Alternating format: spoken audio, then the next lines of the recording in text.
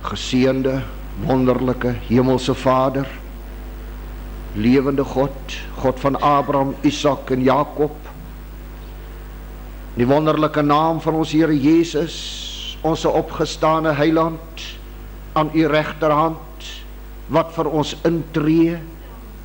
O liefdevolle Here, baie dankie dat al hierdie skatte vir ons opgeskrywe staan en weggebere lê in hierdie dierbare ou Bybelboek. O liefdevolle Here, gee ons genade om dit nie net te ontdek nie, maar om dit te glo. O liefdevolle Here, en daarop te handel, daarop te beweeg. O Here, dat ons ook sal sê, soos daar die 4 ou melaatses, o Here, waarom sit ons hier tot ons sterwe? Laat ons opstaan en laat ons begin beweeg.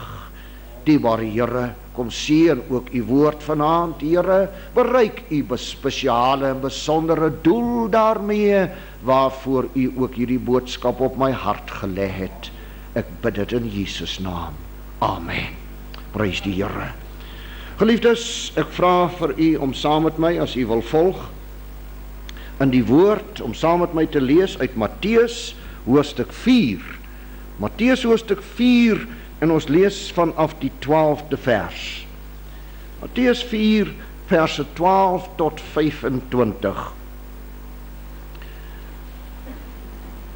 En toe Jesus hoor dat Johannes in die gevangenis gesit was, het hy na Galilea teruggegaan.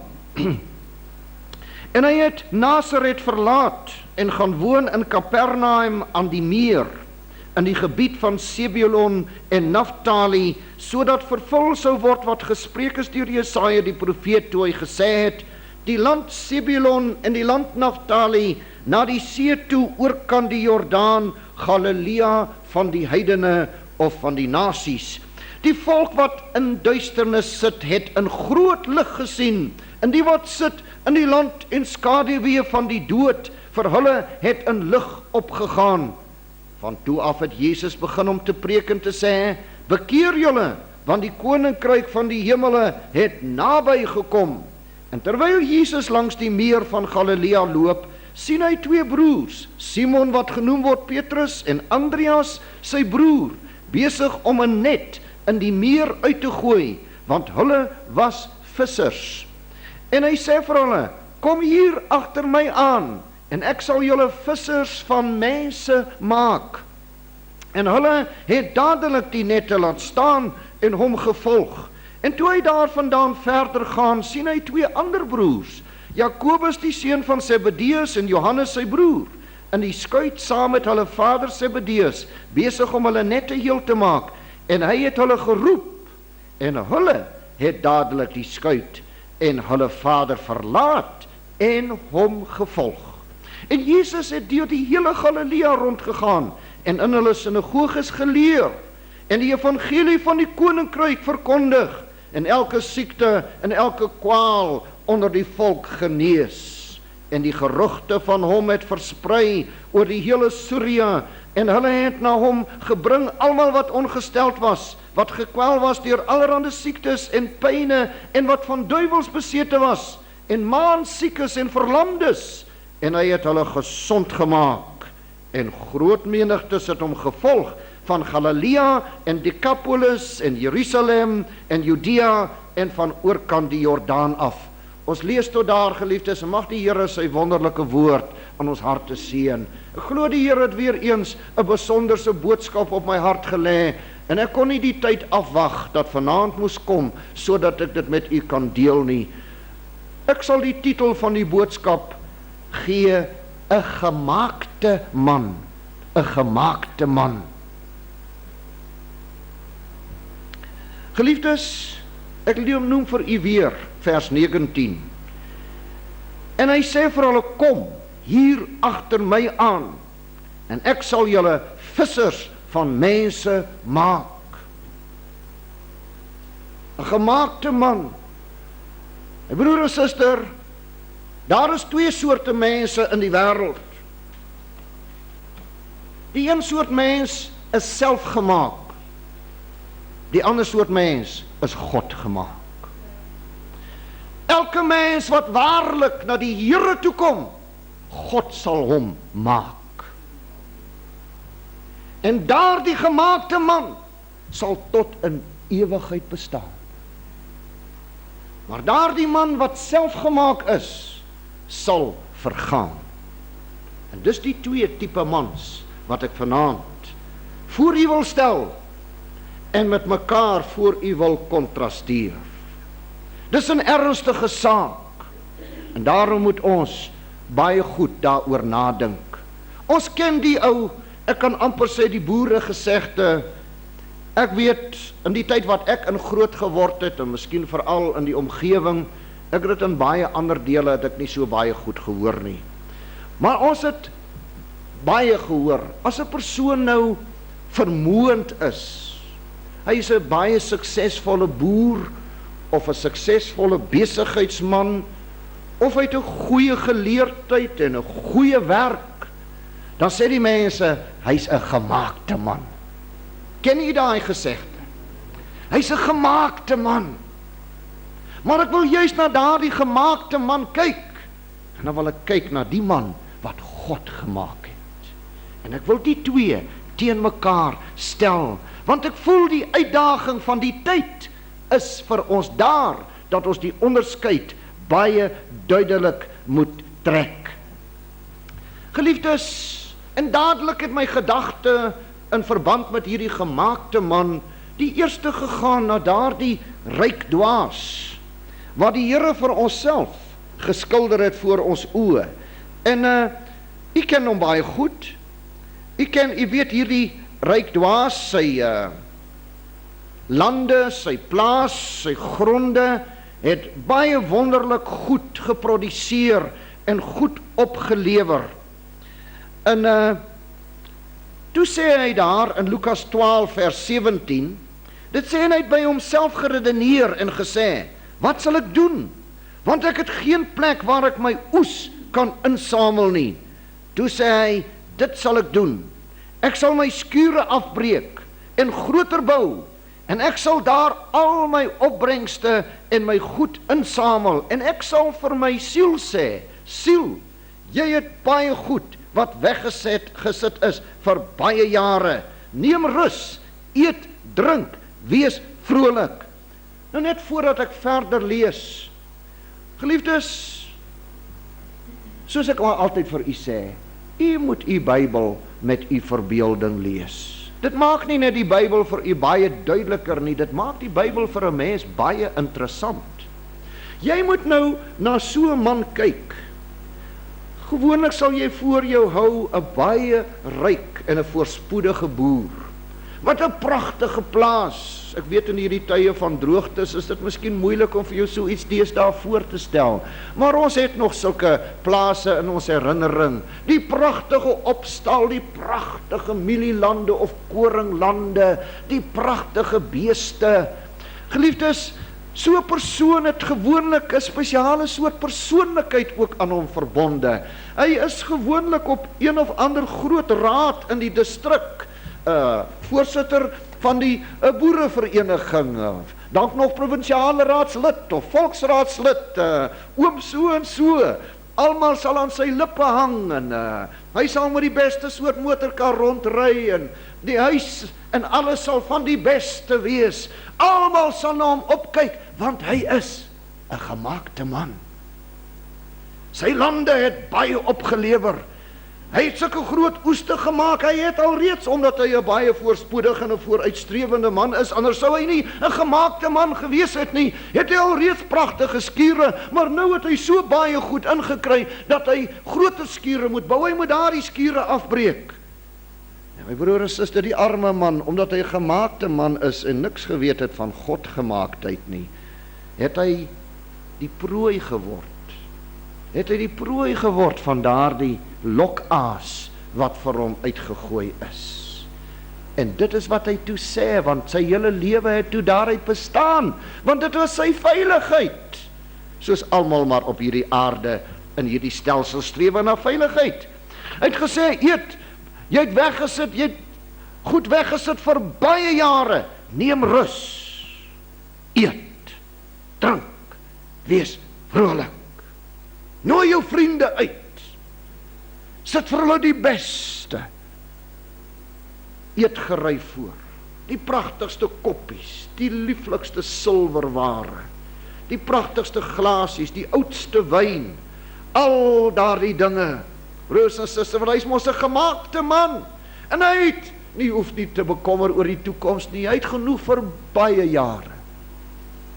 Kom die Here na hom toe, die Here sê, maar God het vir hom gesê, jou dwaas, in hierdie nag sal hulle jou siel van jou afeis.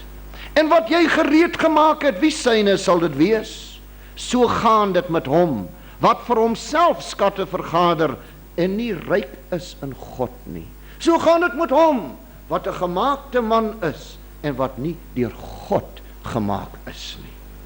Nou geliefdes, ek sal nou nie verder daaroor uitwy nie, maar u moet daaroor nadink. U sien geliefdes, ons lewe in twee wêrelde met twee verskillende standaarde. Dit is hierdie wêreldorde en die koninkryk van God. In hierdie geleesde gedeelte van ons, wat maar 'n kort deeltjie is wat ons gelees het, maar ons het 2 keer gelees waar ons het 2 keer gelees waar Jesus gesê het, bekeer julle, want die koninkryk van die hemele het naby gekom. En hy het geleer en die evangelie van die koninkryk verkondig en elke siekte en elke kwaal onder die volk genees. Ons het hierdie wêreldorde.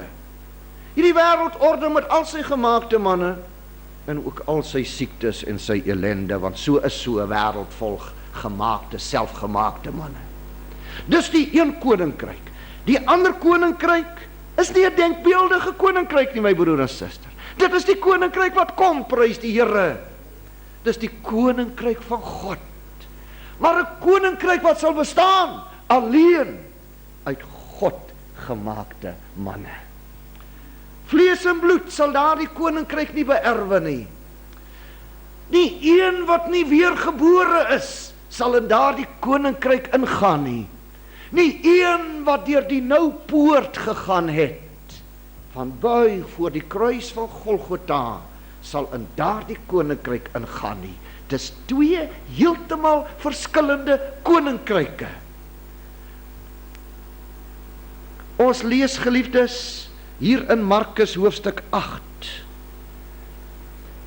En dit tref my, dit laat my hoendervleis kry om te sien hoe ernstig ons Here Jesus was oor die verskil tussen hierdie 2 koninkryke. Dis 'n aktuele saak. Dis nie 'n denkbeeldige saak nie. Dis nie ook 'n saak wat maar net bly by prediking nie. Dis 'n saak wat vir u moet en ek, vir ons moet besluit in ons lewens. Watter soort man, watse soort vrou gaan ek wees? Ons lees hier in Markus 8 vanaf vers 34 in ons Bybel staan die opskrif daar om die kruis op te neem. En toe hy die skare met sy disippels na hom geroep het, sê hy vir hulle, wie agter my aan wil kom, moet homself verloon en sy kruis opneem en my volg. Ek wil vanaand vir u sê, ek weet, ek praat nie teen voorspoedige mense nie. God wil ook voorspoed hê vir ons. Ek praat nie oor mense wat hulle merk gemaak het nie, solank as dit onder die Here is. Maar jou gewone, selfgemaakte man sal nooit sy kruis opneem. Sal homself nooit verloon en die Here volg nie. Jy kry dit nie onder hulle nie. Want elkeen wat sy siel wil red, sal dit verloor. Maar elkeen wat sy siel om my ontwil en om die evangelie ontwil verloor, hy sal dit red. Jou selfgemaakte man sal nooit sy siel verloor nie. Nee, hy is te selfstandig. Hy is te soos hy lief is om te sê, ek dink vir myself. Soos baie van die selfgemaakte manne sê, Sê, waarvoor moet ek oor my kos, oor my tafel bid? Ek het daarvoor gewerk. My hande, my verstand, het dit vir my verwerf. Ons ken hierdie soort van ding, geliefdes. Dis die selfgemaakte man. Want wat sal dit 'n mens baat, as hy die hele wêreld win, en ons sy siel skade ly? Jy sien, die selfgemaakte man, sy uitkyk op die lewe is glad nie dit nie. Hoe meer hy van die wêreld kan win, en gewoonlik, hoe suksesvoller hy is, hoe meer wil hy hê. Net soos hierdie ryk dwaas van die Here Jesus, sy lande het alreeds goed opgelewer.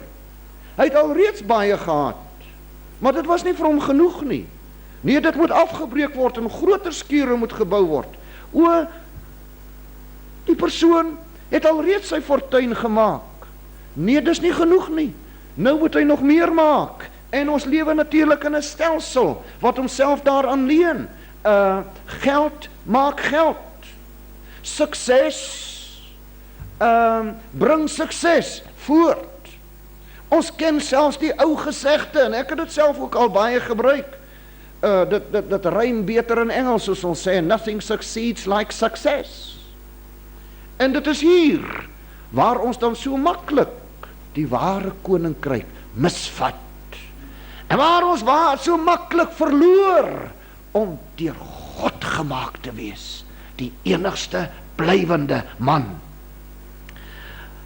Want wat sal dit 'n mens baat, as sal hy die hele wêreld win en aan sy siel skade ly? Of wat sal 'n mens gee as losprys vir sy siel? Want elkeen wat hom skaam vir my en my woorde in hierdie oorspelige en sondige geslag, vir hom sal die Seun van die mens hom skaam. Wanneer hy kom in die heerlikheid van sy Vader met die heilige engele, sien u die twee wêrelde hier teenoor mekaar? Die ene is hierdie sondige, hierdie oorspelige en sondige geslag. Nou kan jy daaroor uitwy met al sy dinge in die wêreld, waarin die gemaakte man maklik uitstyg bo kan sy medemens. Maar dit is ook daardie man, ek ken hulle, u ken hulle, geliefdes.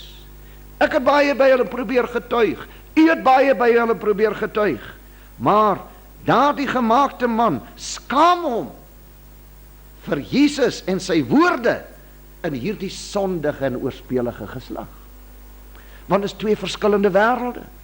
Dit is twee wêrelde in kontras met mekaar. Dit is twee wêrelde in oppositie met mekaar. En luister my broer en suster, dit is twee wêrelde in vyandskap met mekaar. En hierdie botsing staan voor die deur van hierdie twee wêrelde. Die een wêreld met sy gemaakte, selfgemaakte manne, en die ander wêreld met sy godgemaakte manne. En daardie stryd en daardie botsing staan voor die deur. En ek wil vanaand elke selfgemaakte man waarsku, dis jou wêreld wat verpletter gaan word. Dis jou wêreld wat gaan ondergaan. En dis die wêreld en die koninkryk van God met sy godgemaakte manne wat gaan oorwin. En wat vir ewig gaan bly staan. Dis 'n daadwerklike aktuele keuse, my broer en suster. En jou keuse moet jou lewe bepaal. Ek wil vanaand 'n beroep doen op ons as gemeente en elkeen waar hierdie boodskap ook sal gaan. Hou op met dryf. Hou op om nie vis of vlees te wees nie. Hou op om tussen die twee te wees. Jy's ook nie eintlik 'n gemaakte man nie. Jy het dit nie reg gekry in hierdie wêreld met sy kompetisie nie. Jy het dit nie reg gekry in hierdie wêreld met sy trots en sy snobisme en sy hoogmoed om iets te wees nie. Niemand sien jou eers raak nie. Jy's maar 'n ou nommertjie daar in die rekenaar. En so gaan jy maar aan. Jy moet maar net spook om aan die lewe te bly. Jy het dit nie gemaak nie. Jy het dit nie gemaak in hierdie wêreld nie, maar jy het dit ook nie gemaak in die ander wêreld nie. Want jy het nie na Jesus toe gekom dat hy jou kan maak soos hierdie vissermanne nie. Toe Jesus by hulle verbykom, toe sê Jesus, volg my en ek sal julle maak vissers van mense. Ek sal jou maak. O my broer en suster, dit my opnuut so bekoor, alhoewel ek hierdie dinge so goed ken. Die Here het so goed gedoen aan my siel, toe ek weer oor hierdie dinge dink, dat Jesus my sal maak, as ek my waaragtig in sy hand instel. En niemand sal my beter maak, as Jesus my sal maak nie. Maar dan moet ek wees soos klei in sy hand. Ja my broer en suster, hierdie koninkryk, as julle skaam vir my en my woorde in hierdie oorspelige en sondige geslag, dis hierdie wêreld. Vir hom sal die Seun van die mens hom ook skaam, wanneer hy kom in die heerlikheid van sy Vader met die heilige engele. Ek wil vanaand vir u sê, daardie koms staan voor die deur. Daardie dag is naby.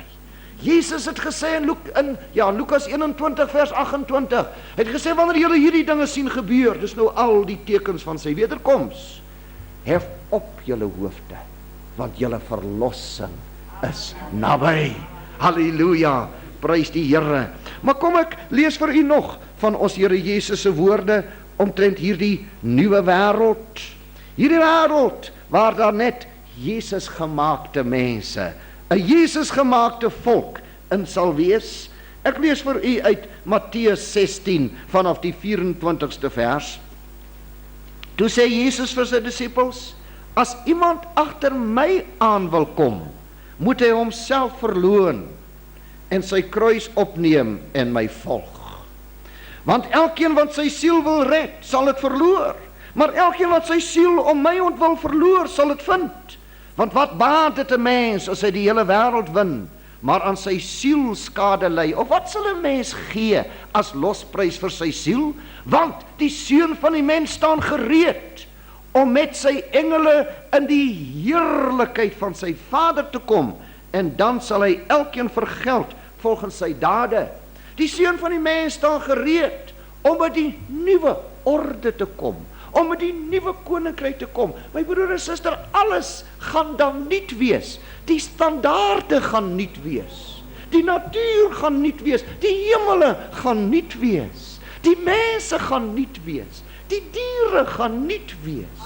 Dis 'n nuwe wêreld, dis 'n nuwe orde, maar dis 'n orde wat gemaak is vir Jesus gemaakte mense en nie vir selfgemaakte mense. Ons kyk nou nog in skrif, en dis in Matteus 19. Jy moet sien hoe die twee gedurig teen mekaar staan, en dat jy jou keuse moet maak, soos daardie disippels daardie dag toe Jesus by hulle verbygegaan het en gesê het, volg my. My broer en suster, toe maak hulle keuse, en hulle volg die Here Jesus, en dit het hulle hele lewe verander. Matteus 19, ek lees vir u vanaf die 23ste vers. En Jesus sê vir sy disippels, voorwaar, ek sê vir julle, dat 'n ryk man beswaarlik in die koninkryk van die hemele sal ingaan. Want gewoonlik is hy 'n selfgemaakte man. En verder sê ek vir julle, dit is makliker vir 'n kameel om deur die oog van 'n naald deur te gaan, as vir 'n ryk man om in die koninkryk van God in te gaan. Toe sy disippels dit hoor, was hulle baie verslaan, sê, wie kan dan gered word? Maar Jesus het hulle aangekyk en vir hulle gesê, by mense is dit onmoontlik, maar by God is alle dinge moontlik.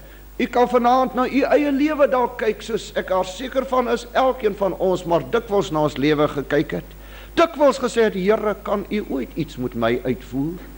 Here, kan u ooit iets met my doen? Ja, my broer en suster, die Here kan iets met u doen. Al wat hy vra is, volg my net. Volg my onvoorwaardelik en ek sal jou maak. Wat by die mens onmoontlik is by God moontlik. Want by God is alle dinge moontlik. Daarop antwoord Petrus en sê vir hom, kyk, ons het alles verlaat en u gevolg, wat sal daar vir ons dan wees? En Jesus sê vir hulle, voorwaar, ek sê vir julle, dat julle wat my gevolg het, sien, hier is die voorwaarde, julle wat my gevolg het, in die wedergeboorte, wanneer die Seun van die mens op sy heerlike troon gaan sit, julle ook op 12 trone sal sit en die 12 stamme van Israel sal oordeel. Is dit nie 'n heerlike wêreld nie? Is dit nie 'n heerlike vooruitsig nie? Die voorwaarde is eenvoudig. Julle wat my gevolg het. O my broer en suster, kom vanaand ons laat staan. Alle hink op 2 gedagtes. Alle dien van 2 Here. Alle beweeg in 2 wêrelde. As u vanaand nog u voet in hierdie wêreld van selfgemaakte mense het, ruk hom daaruit, geliefdes, en plaas albei voete in die wêreld van Jesus en word deur hom gemaak, want daar is 'n heerlike en 'n wonderlike orde van dinge aan die kom. Ek wil nog vir u 'n voorbeeld gee wat by u baie goed bekend is. En ek sal nou nie baie daaroor uitwy nie, maar u kan in u gedagtes gerus dit doen. En dit is, geliefdes, in Markus hoofstuk 16, waar Jesus vertel het van die verhaal van die ryk man en Lazarus. U sal dit vind in Lukas 16 vanaf vers 19. Ons ken dit baie goed, maar kom laat ek net vir u die agtergrond effentjie skilder. En daar was 'n ryk man, dis Lukas 16 vers 19. En daar was 'n ryk man. Ek wil dit maar weer herhaal. U sien ons Bybels, ten minste my ou Bybel, ek weet nie wat die nuwe Bybel sê nie, maar my ou Bybel hier boek, die opskrif is gelykenis van die ryk man en Lazarus. Dit is geen gelykenis nie, dis 'n werklike gebeurtenis. As dit 'n gelykenis is, dan sê Jesus so. En daar was 'n ryk man. En hy het purper en fyn linne gedra en elke dag vrolik en weelderig gelewe. Nou brei 'n bietjie daaroor uit. 'n Ryk man, purper en fyn linne en elke dag weelderig gelewe. Ek weet daar is so iets soos kluisenaars, maar dit is die uitsondering. Jou gewone ryk man met sy purper en fyn linne het baie vriende, het baie invloed, het groot vertoon. Geliefdes, hy het seker aan baie klubs en organisasies behoort. Ek sien hier in my Bybel het ek geskrywe, toe ek, jy sal miskien onthou, jare gelede het ek ook hieroor gepraat, toe het ek die paar klubs genoem, die Lions en die Rotaries en die Rapportryers en ek weet nie alles wat, het hy seker aan behoort. En nou ja, weet, dalk nog die Broederbond of die Vrymesselaars of al hierdie dinge. Hy was 'n vername man. Geliefdes, hy het in die hoogste kringe gesit. Hierdie man, maar onthou, hy was 'n selfgemaakte man. Hy was 'n man van hierdie orde. Maar so het hy gelewe. Nou kyk ons ook na die ander man. En daar was 'n bedelaar met die naam van Lazarus wat vol swere voor sy poort gelê het. Nou goed, dit is geen aanprysing en ophemeling nou van armoede en van lê by die poorte nie. Maar as ons na die verhaal kyk, dan sien ons hierdie man Lazarus was 'n geredde man. En dit is die verskil. Met ander woorde, hy was arm. Daar is partykeer dinge in hierdie orde, broers en susters, luister vanaand na my. Dalk nie vanaand in hierdie vergadering nie, wie weet, maar dalk na die wat na die video kyk of na die band luister. Daar is rampe wat 'n mens in hierdie lewe tref. Daar is dinge wat met jou gebeur in hierdie lewe wat jou partykeer arm maak, brandarm. Daar is dinge wat met jou gebeur waar jy soms siek word, geliefdes. Ek het genoeg jare in die bediening gestaan dat ek baie dierbare kinders van die Here sien sterf het aan siektes waarvan hulle nie gesond kon word. Ek kan dit nie heeltemal verklaar nie, maar dis feite van die lewe. Maar hulle was kinders van die Here. Maar kom ons kyk, soos iemand gesê het, God maak nie sy rekeninge op in hierdie lewe nie. God maak sy rekeninge op in die ander lewe. Want jou lewe eindig nie by die graf nie. Jou lewe gaan voort. En ons het dit uit die lippe van niemand anders as ons Here Jesus self nie. Hierdie man Lazarus, vers 21, het verlang om hom te versadig met die krummels wat van die ryk man se tafel val. Ai, hy het lekker gelewe. Ja, selfs die honde het gekom en sy swere gelek. En toe die bedelaar sterf, is hy deur die engele weggedra na die boesem van Abraham, en die ryk man het ook gesterwe en is begrawe. Nou wil ek jy moet 'n bietjie dink. As jy sterf, is daar 'n begrafnis. Kom ons kyk bietjie in die verbeelding na die begrafnisse van hierdie twee mense. Die bedelaar. Die engele het die mense van hierdie wêreld, die oë van hierdie wêreld het nie die engele gesien nie. Die engele het net die begrafnis van Lazarus gesien. Daar was seker maar min ou mensies by daai begrafnis. Seker maar 'n eenvoudige ou kussie. As hy dalk 'n kus gehad het. Wie weet, dalk 'n klom in 'n kombers toegedraai. Verskriklike eenvoudige begrafnis, want hy was so arm, hy daar gelê by die poort. Ek dink as hy familie gehad het, dan sal hom dan seker 'n bietjie kos gebring het, geliefdes. As hy familie gehad het, sal hulle hom daarom seker daar weggeneem het en hom 'n bietjie herberg gegee het. Dit was 'n armsalige man in hierdie wêreld. En 'n armsalige begrafnis vir so 'n man. Maar kom ons kyk bietjie in die onsienlike. Toe hy sterf, toe kom haal die engele hom. Broers en susters, watter engele? Ek glo daar was Gabriël. Daar was Michael. Daar was die aardsengele. Daar was 'n heerlike uitvaart vir hierdie man in die ander wêreld, na die boesem van Abraham. En hierdie man was getroos. Dit was te heerlik, dit was te wonderlik. U moet nie dink die ander wêreld, geliefdes, is 'n eenvoudige wêreld net van skimme en spooke en geeste nie. Dis 'n heerlike wêreld. Aan die ander kant, God se woord wys dit vir ons op baie plekke. Ons kan dit sien as ons dit net wil navors. Maar ek gaan nou nie daarop in nie. Kom ons kyk 'n bietjie na die ryk man se begrafnis. Dit word vir ons baie kort en saaklik gestel. Die ryk man het ook gesterwe en is begrawe. Maar gebruik bietjie u verbeelding. Dit was seker die swierigste begrafnis van daardie hele dorp. Al die vooraanstaande mense was seker daar. Die burgemeester met sy ketting. Die pragtigste kus, broers en susters. O, en die toesprake. O, die lofbetuigings vir hierdie man. Want my broer en suster, in hierdie wêreld, hierdie mense, hulle doen ook, en volgens menslike standaarde, 'n baie goeie werke. Miskien baie verliefdadigheid gegee, hulle doen dit baie keer. En so aan. O, dit was 'n pragtige en 'n swierige begrafnis in hierdie wêreld. Maar in die ander wêreld, en toe hy in die doderyk sy oë ophef, terwyl hy in smarte was, sien hy Abraham van ver af en Lazarus aan sy boesem. Net mooi omgekeer. Hierdie selfgemaakte man, die bedelaar in die ander wêreld. Hierdie Lazarus, wat aan God behoort het, anders sou die engele hom nie kom haal het nie. Die bedelaar van hierdie wêreld, die getrooste in die boesem van Abraham in die ander wêreld. Wat 'n kontras.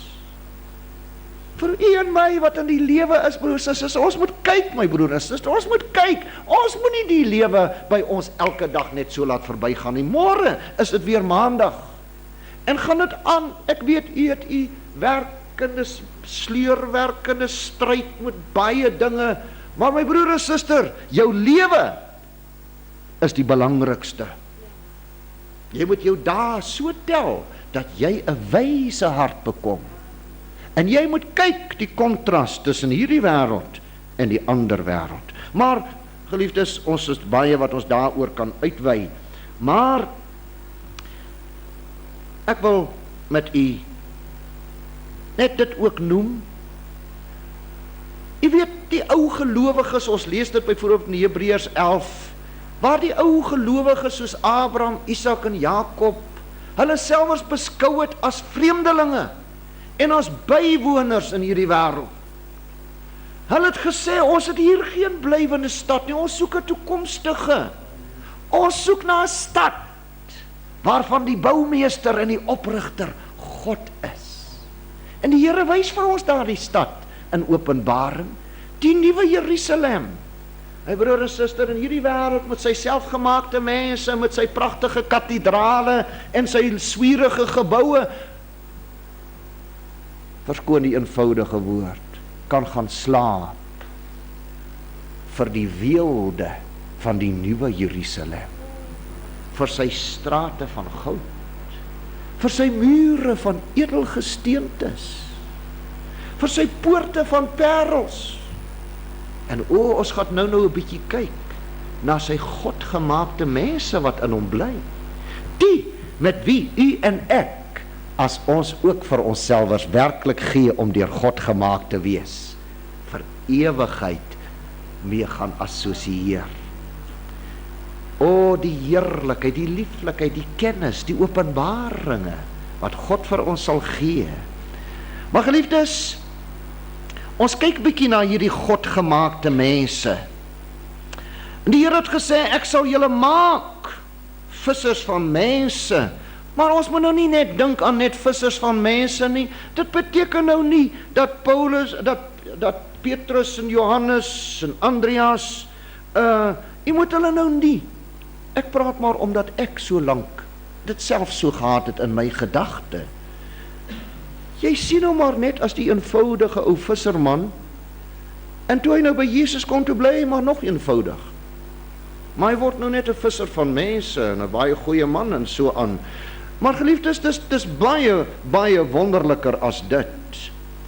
Ons lees byvoorbeeld in 2 Korintiërs 5 vers 17, u ken hierdie skrif baie goed. En ek wil net vir u sê, dit is iets anders wat die Here vir my in die laaste tyd gewys het. U en ek, wat kinders van die Here is, u moet weer 'n slag kyk na al die ou bekende skrifte wat u ken.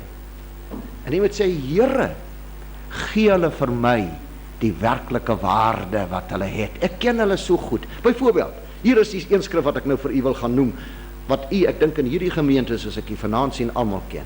2 Korintiërs 5 vers 17. As iemand in Christus is hy 'n nuwe skepsel. Die ou dinge het verbygegaan. Kyk, dit het alles nuut geword. Dink 'n bietjie daaroor. As iemand in Christus is hy 'n nuwe skepsel. Die ou dinge het verbygegaan. Kyk, dit het alles nuut geword. Dink aan die ou dinge in jou lewe.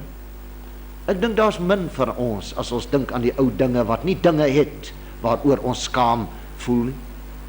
Dit het verbygegaan. Dit het nuut geword. Ek het 'n nuwe mens geword. Ek het 'n nuwe mens geword. God se woord sê so. Maar as ek nie daardie woord substansie in my laat kry nie, sal dit nooit 'n betekenis hê. Dit help nie vir my om hom net uit my kop uit te kan opsê. Dis die probleem met baie van ons. Baie van ons kan baie tekskrifte opsê, maar hoeveel het dit al aan jou lewe gedoen? Ek vra jou vanaand, my broer en suster, dink ernstig daaroor na. Het daai skrif jou lewe verander tot sy volle potensiaal? As iemand in Christus is, hy sê 'n nuwe skepsel, 'n nuwe skepsel, 'n wonderlike skepsel. Dus is ek, u, 'n wonderlike skepsel. Ons is nuwe skepsel.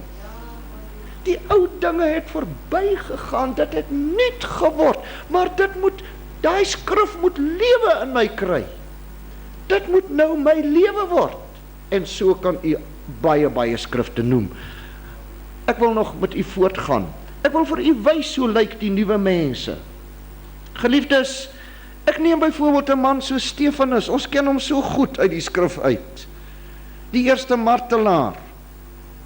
Maar waarlik waar, toe ek weer na hom kyk in die lig van hierdie skrif, ek sal jou maak, sê ek, Here, hierdie Stefanus was daarom 'n wonderlike man. Hy was 'n edelman. En Stefanus, Handelinge 6 vers 8 tot 10, en Stefanus vol geloof en krag het groot wonders en tekens onder die volk gedoen. Stefanus, eergister, net so rukkie voor hy by Jesus uitgekom het, maar 'n gewone ouetjie ook soos u en ek. En nou, nadat hy by Jesus gekom het, en Jesus gevolg het, en vir Jesus toegelaat het om hom te maak, nou is hy 'n ander man, vol geloof en krag. Vir hoe lank gaan dit net Stefanus by u bly? Hoe lank gaan dit nog vat voordat u en ek ook 'n Stefanus word? Hoekom nie? Net as ons nie God se woord glo, dat Jesus ons werklik gaan maak nie. Hy wil jou maak, my broer en suster. Hy wil my maak. En daar het opgestaan sommige van die sinagoge wat genoem word die sinagoge van die Libertyne en van die Sireneërs en Alexandryne en van die mense van Cilicië en Asië, en het met Stefanus gerede twis. Maar hulle kon die wysheid en die gees waarmee hy gespreek het nie weerstaan nie, voordat Jesus hom gemaak het. Daar die eenvoudige ouetjie, daar die slim geleerdes, en hierdie mense wat hier genoem word, was van die grootste geleerdes van daardie tyd.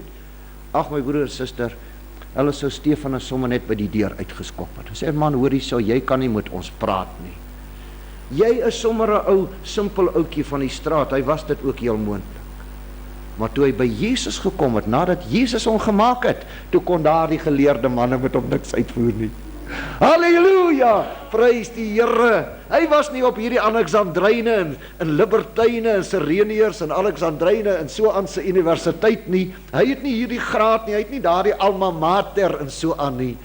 Maar die gees van die Here het in hom gekom, want Jesus het hom gemaak. Hey broer en suster, ons kyk na Petrus, ons kyk na Johannes. Ons lees vandag nog van hulle. Hulle name staan vandag nog en hulle name sal staan van tot in ewigheid. Waar is die ryk man wat purper en fyn linne gedra het? Waar was daai ryk boer wie se oeste soveel opgelewer het? Ek weet nie eers wat is sy naam nie. Ek ken hom nie. Niemand ken hom nie. Daai selfgemaakte man het lankal verdwyn. Maar hierdie ouetjies wat deur Jesus gemaak was, ons ken vandag nog hulle name. Halleluja, en weet jy wat gaan hulle maak? Hulle gaan sit nog op 12 trone en regeer nog die 12 stamme van Israel. Jesus gemaakte manne. Maar broers en susters, ag, ek moet so baie heerlike dinge los. Kom ek wys net vir u nog hier uit 1 Korintiërs hoofstuk 6. Kom ons kyk hierso. Kom ons kyk wat Jesus met ons sal maak. 1 Korintiërs 6. Ek lees vir u verse 10 en 11. Paulus praat hier met die Korintiërs. En hy sê, en dis ernstige dinge wat hy sê, moenie dwaal nie, geen hoereerders, of afgode dienaars, of egbrekers, of wellustelinge, of sodomiete, of diewe, of gierigaards, of dronkaards, of kwaadsprekers, of rowers, sal die koninkryk van God beerwe nie. En dit was sommige van julle. Broers en susters, ek wonder as ons nou vanaand mooi openlik moet praat. Ek weet ons het almal sonde in ons lewens gedoen, maar ek wonder of ons daarom al hierdie lelike dinge gedoen het wat hierdie mense gedoen het. Dus as die Here dit met hulle kon doen, kan die Here dit met u en my ook doen. Want kyk wat sê Paulus, en dit was sommige van julle, maar julle het julle laat afwas. Maar julle is geheilig, maar julle is geregverdig in die naam van die Here Jesus en deur die Gees van ons God. Die Here het hulle gemaak, die Here het hulle gevat en hy het hulle gemaak. Die Here het hierdie ou opdrifsels gevat en hulle verander in geheiligdes en hulle geskik gemaak vir sy heerlike koninkryk. O broer en suster, ek sien my tyd is verstreke. 'n gemaakte man en vrou, my broer en suster, is 'n sieraad. Dis 'n wonderlike persoon om te ken. Dis 'n wonderlike persoon om as 'n vriend en 'n vriendin te hê. Maar die meeste mensgemaakte, selfgemaakte mense is mense wat afstootlik is. Hy's gewoonlik hoogmoedig, hy's gewoonlik trots, hy's gewoonlik neerkykend. Maar iemand wat by Jesus gekom het en deur Jesus gemaak is, jy kan met hom klaarkom. Jy kan by hom hulp gaan kry. Hy kan vir jou vriend wees en 'n vriendin. Kom broer en suster, ons laat staan die ou wêreld van selfgemaakte mense en ons volg Jesus. En as hy dit vir daardie disippels gedoen het, sal hy dit vir u en vir my ook doen. Die Here seën u. Amen. Prys die Here.